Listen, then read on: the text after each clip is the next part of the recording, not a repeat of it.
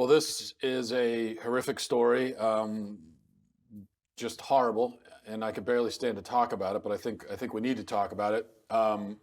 Last week, a 9-year-old girl named Maddie Whitsett, um, she was in the fourth grade, and she hanged herself, committed suicide.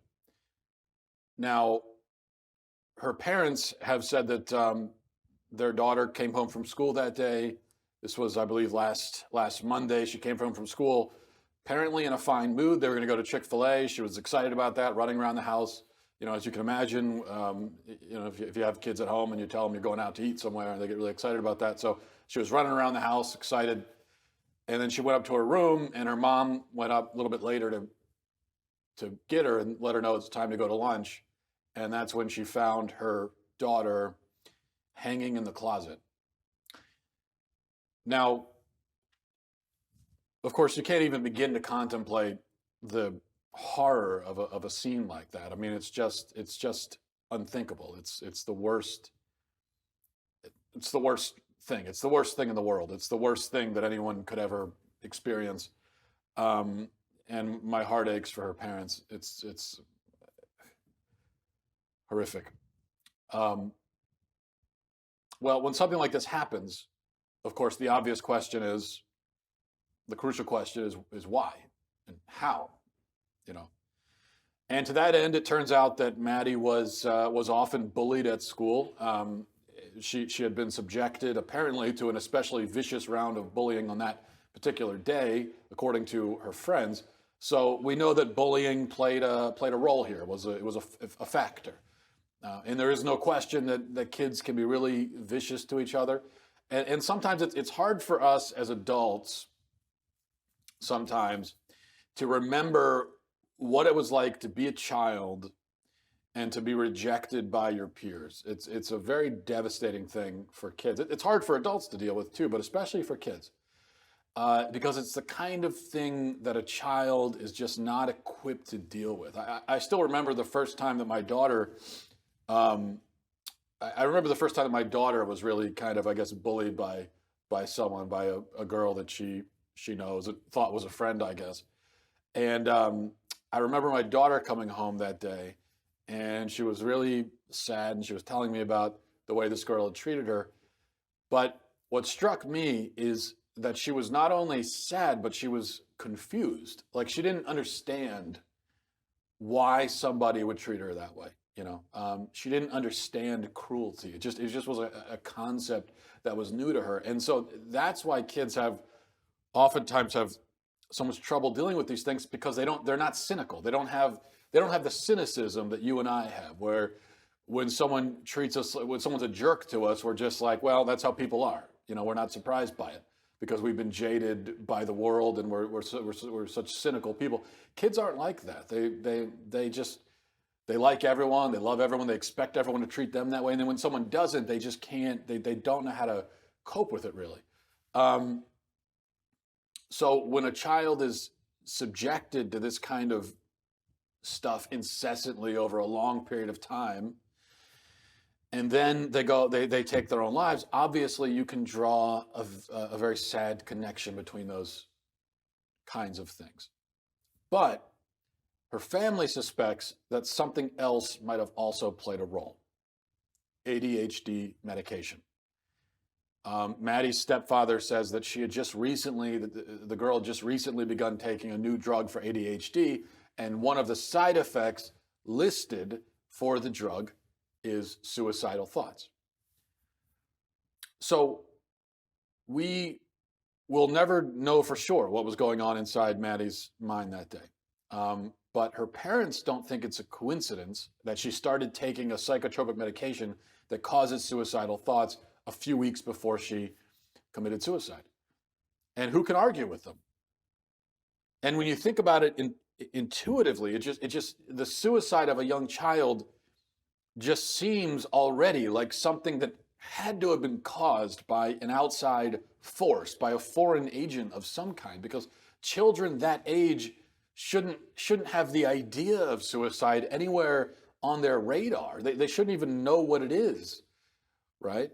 I mean, it's a terrible shock for anyone to commit suicide. Suicide is a a horrible, tragic, unnatural thing for anyone at any age, but a 9-year-old?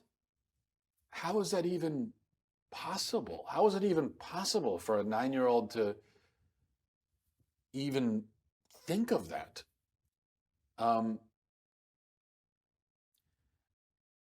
people who are a little bit older, they'll always say, they'll say, well, when I was a kid, this kind of stuff didn't happen. You didn't have kids committing suicide when I was younger. That's, if you talk to someone who's 50 or 60 years old, that's what they'll tell you. And they're on to something. Okay, they're not just making that up. In fact, the statistics bear this out, that stories like Maddie's are much more common now than they used to be. Studies have consistently shown this. There was a study done recently that shows that the number of children who attempted or contemplated suicide has doubled in just the past decade. Okay, so just in the last 10 years, it's doubled. Doubled. Think about that. And we know that this is a multifaceted phenomenon. It can't be blamed on any one single factor. So it would be oversimplifying in the extreme to say that, okay, well, here's this thing and here's what causes it, and that's it. We know that we can't do that. But I think we make a mistake when we just chalk it up to bullying and then we barely even consider what the other factors might be, because the fact is kids have always been bullied. And as I said, bullying for children is really difficult to deal with. We know that, and we can't. We don't want to understate that or underestimate it. But we also know that bullying has been in the world since time immemorial. Yet kids have not always committed suicide at a rate like this, because so that means it's something else is clearly going on here. And we also know that as the suicide rate among children has increased exponentially, so have the number of children prescribed psychiatric drugs. There are currently over 7 million kids, pushing 8 million kids right now who are on some kind of psychotropic medication. Over half of them are being treated for ADHD. Now, we know that correlation does not prove causation. So just because we know we have an increase in psychotropic medication among kids, an exponential increase, and then we also have an exponential increase in suicide. So we know that these two things are increasing together. That doesn't prove that the one causes the other. But I do think that there's enough correlation here to at least make us wary about dosing our kids with this stuff. And the drug companies obviously know that there is a connection between suicide and the stuff that they're producing, because that's why they list it as a side effect. In fact, just a couple of years ago, health officials in Canada mandated that the companies that make ADHD medication, they have to make the suicide warnings clearer and stronger. So we know that there's a connection, and nobody can deny it. Even the drug companies know it. They also know, and studies have shown this as well, that when you give psychiatric medication to children, it does leave a lasting mark on the developing brains of children.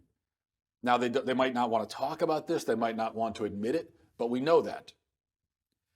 Now, we don't know exactly what those long-term effects are, or how they might manifest themselves, or how long the effects might last.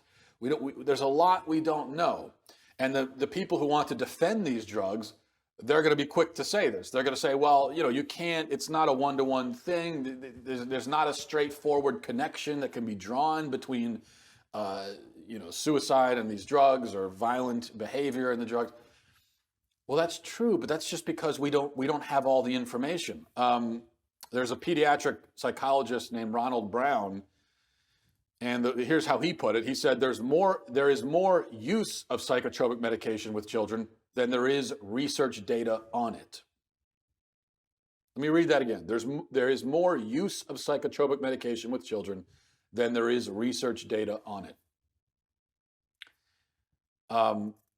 So the prescribing of these drugs has way outpaced the information and the data we have about how these drugs might affect our kids. That's a problem. And I would think that the lack of information, the lack of data, rather than that giving us a reason to just say, oh, well, we might as well just keep giving it to kids, that's a reason to pull back and to slow down and to exercise extreme caution before prescribing these substances to children. But that apparently is not how the drug companies and the medical establishment sees it. So they just keep churning out the pills, and they shove this stuff down the throats of our children, and they issue these assurances that it's all perfectly safe. Safe? How can you even say that? How can you tell me that it might make a fourth grader consider suicide, but it's safe? And how can you tell me that it might make a child hallucinate, and it might alter her personality, it might make her violent, it might make her aggressive, but it's safe? And let's keep something in mind here. Childhood suicide is just one of the awful and increasingly common phenomena that could be linked to psychiatric drugs. Another one that we don't talk about enough is mass shootings. Dozens of violent attacks in schools and school shootings have been carried out by kids who are on or withdrawing from psychiatric drugs. And not just kids. The Las Vegas shooter was on anxiety medicine. The Colorado theater shooter was on antidepressants.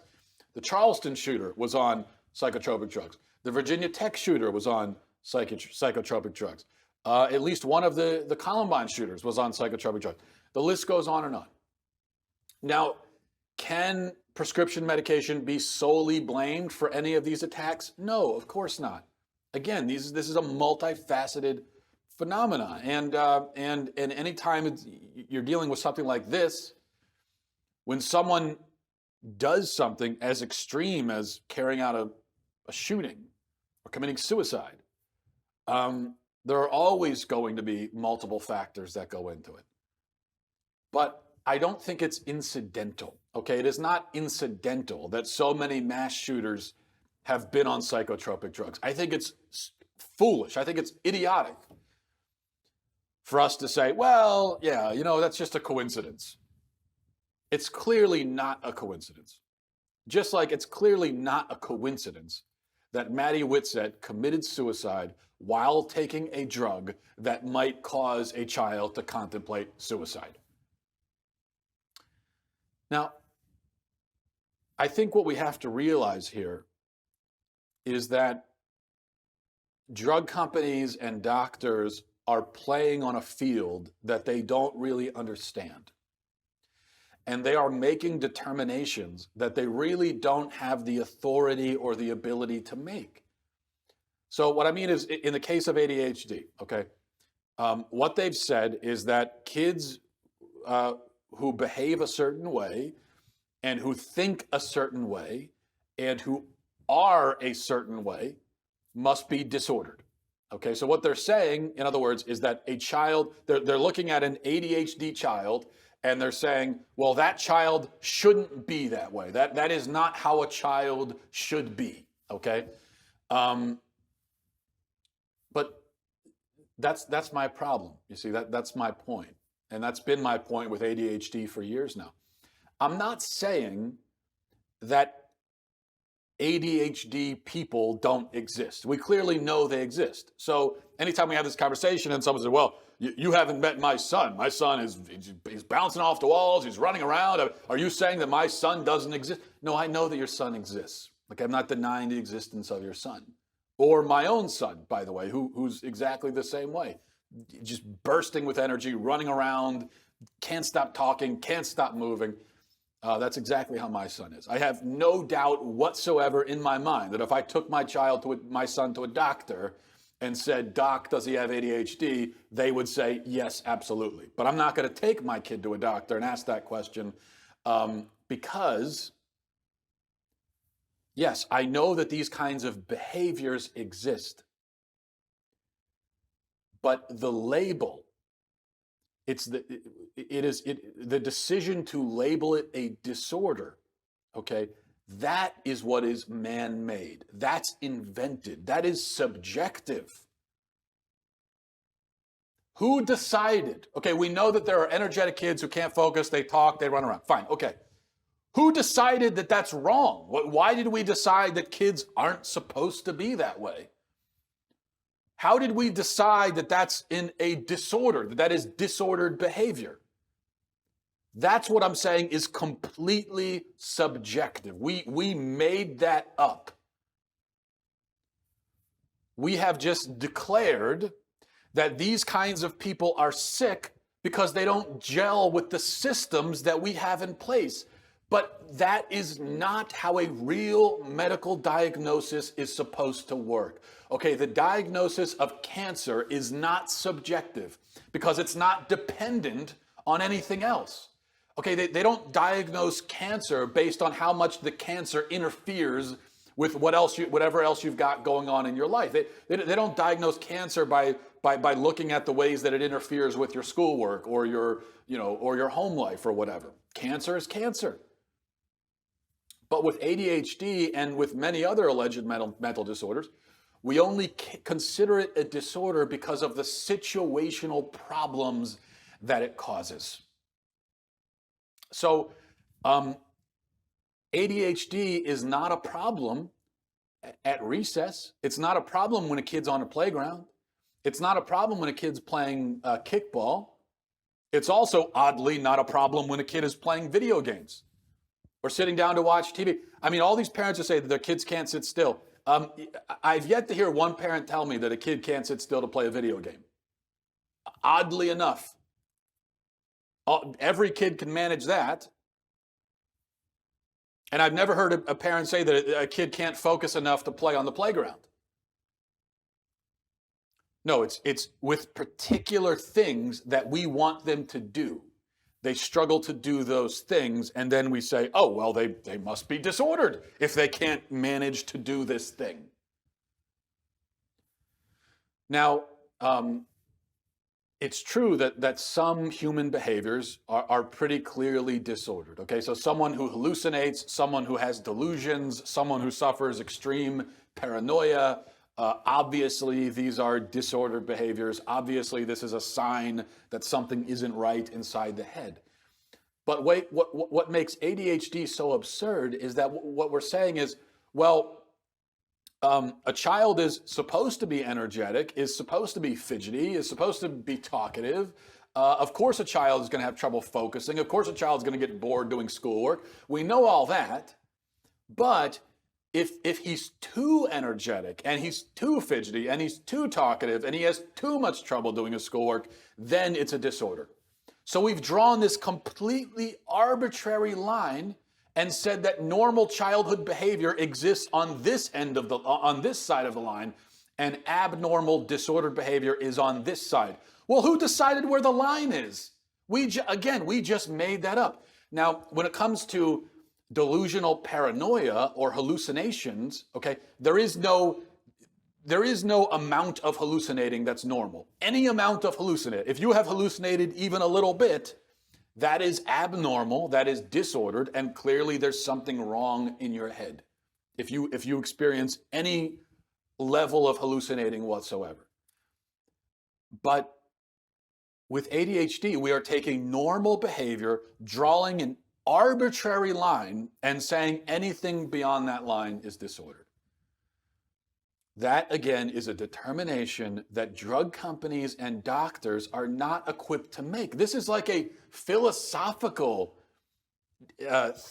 decision that they're making. They're saying that, well, this is how a person is supposed to be.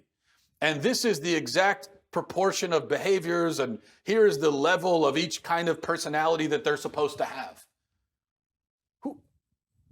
Do we ever stop to ask where they're getting any of that from?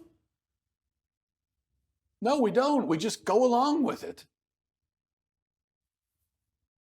So they're making a determination that they're not equipped to make, and as I said, they are playing on a field that they don't really understand. And that field is the human mind.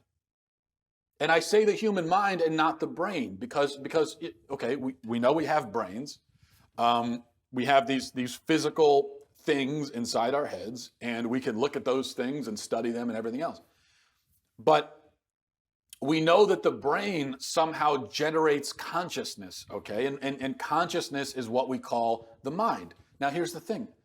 Nobody actually understands how a physical thing like a brain can generate consciousness. Nobody understands that. No psychiatrist, no doctor, nobody working at any drug company actually fully understands how a brain can generate consciousness. This is one of the great mysteries of life. This is one of the things that people have been debating since the beginning of time. Yet with mental disorders, doctors are trying to treat disorders of consciousness, okay? Not diseases of the brain. Now, if ADHD was really a disease of the brain, we would just call it a brain disease. And there are things that we call brain diseases. Dementia, for instance, is a brain disease. So if a patient has dementia, you can do a scan of the brain, you can look at their brain, and you can see it. You can see dementia happening in the brain. And it's very obvious. It's something, the brain is being physically destroyed, physically and unfortunately irreversibly destroyed. So that is a brain disease. But with something like ADHD, you can't really do that. It's called a mental disorder because we have decided that the mind isn't functioning how it's supposed to. But we don't really know how the brain relates to or causes that malfunction. We don't. No matter what anyone says, we don't really know. Because if we did know, they would be able to diagnose ADHD by doing a brain scan. They wouldn't need to give you a personality survey. They wouldn't need to ask you questions about how you're doing at school. They could just look at the brain and see it. But they don't diagnose it that way because they can't. Because nobody really knows what the connection is. So we have erroneously declared that the mind isn't doing what it's supposed to, and then we have set out to correct the mind, even though we don't really know what the mind is. And that's what makes a side effect like suicidal thoughts so scary. How can a drug give somebody a thought? How can a drug, a pill that you put into your mouth, cause you potentially to think something? And not just think something, but have a thought that you want to end your own existence. I mean, just think about that. These drug companies are giving things to our kids and telling us that, yeah, it probably won't happen, it's rare, but it could cause your child to think that he wants to end his existence. How can a drug do that? They don't know. They really don't know. Yet they give it to our kids anyway. I think you could really make the argument that it is never safe to give something to a child that might cause them to think about suicide. Even if you tell me that there's only a 0.0001% chance, the fact that the drug has that ability, potentially, has that power, and the fact that we understand so little about how it could even do that, I think that's reason enough to, as I said, be extremely cautious with this, with all of this stuff.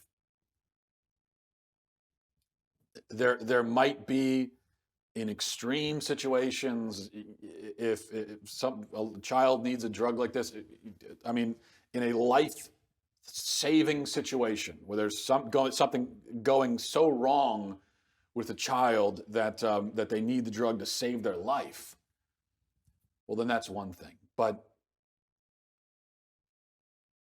the fact that we're being told, give this stuff to your kid so they can do their schoolwork, how is that worth the trade-off?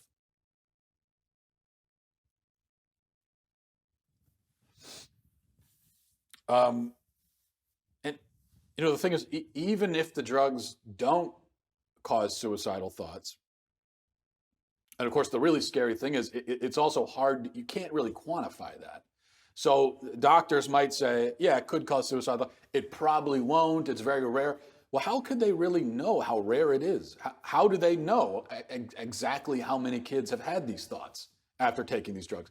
Again, they don't know.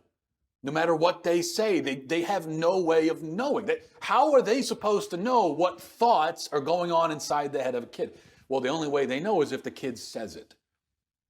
But sadly, terribly, as we know with suicidal thoughts, most of the time, people who have these thoughts don't say it. Either because with a kid, they don't really understand what the thought is. They are scared, they're embarrassed, they're whatever. They don't bring it up. They're not going to tell you. So we know that these drugs have that ability. We know it does happen. We don't know how often it happens. We don't actually know how rare it is. Nobody does. Because we can't read someone's mind. But even if you take ADHD medicine, even if it doesn't cause suicidal thoughts, either way, it's the whole idea is that it's altering a child's personality. So just take my son as an example again. A child who certainly would qualify as ADHD. Very energetic, running around, talking, all this kind of stuff. Well, if I give him a drug and suddenly he's not acting that way anymore, well, that's a change in personality. And what it also means, because right now my son runs around, does all that because he wants to, because that's how he wants to express himself. So if you give him a drug and he stops acting that way, that means he doesn't want to act that way anymore. So something has happened in his head to make it so that he doesn't desire to be that way anymore and to act that way. But again, that's something with consciousness. There's something has been altered in his consciousness to make it so that he desires things differently and he experiences the world differently and he sees things differently. It's not a simple thing of, oh, it just calms him down. It's not that simple. We've clearly altered the way that his mind works, not just his brain, his mind. And again, nobody knows exactly how that works or what the long-term effects might be. Nobody knows. And so I think the drug companies and many doctors are being very cavalier about this. And although there's so much they don't know, and although there's a lot of information that they do know that should be concerning and should cause them to slow down, but they don't, they just can continue on anyway. And more kids are put on these drugs. And so I think it's time that we start forcing them to answer some tough questions and we start holding them accountable. And that's something to think about.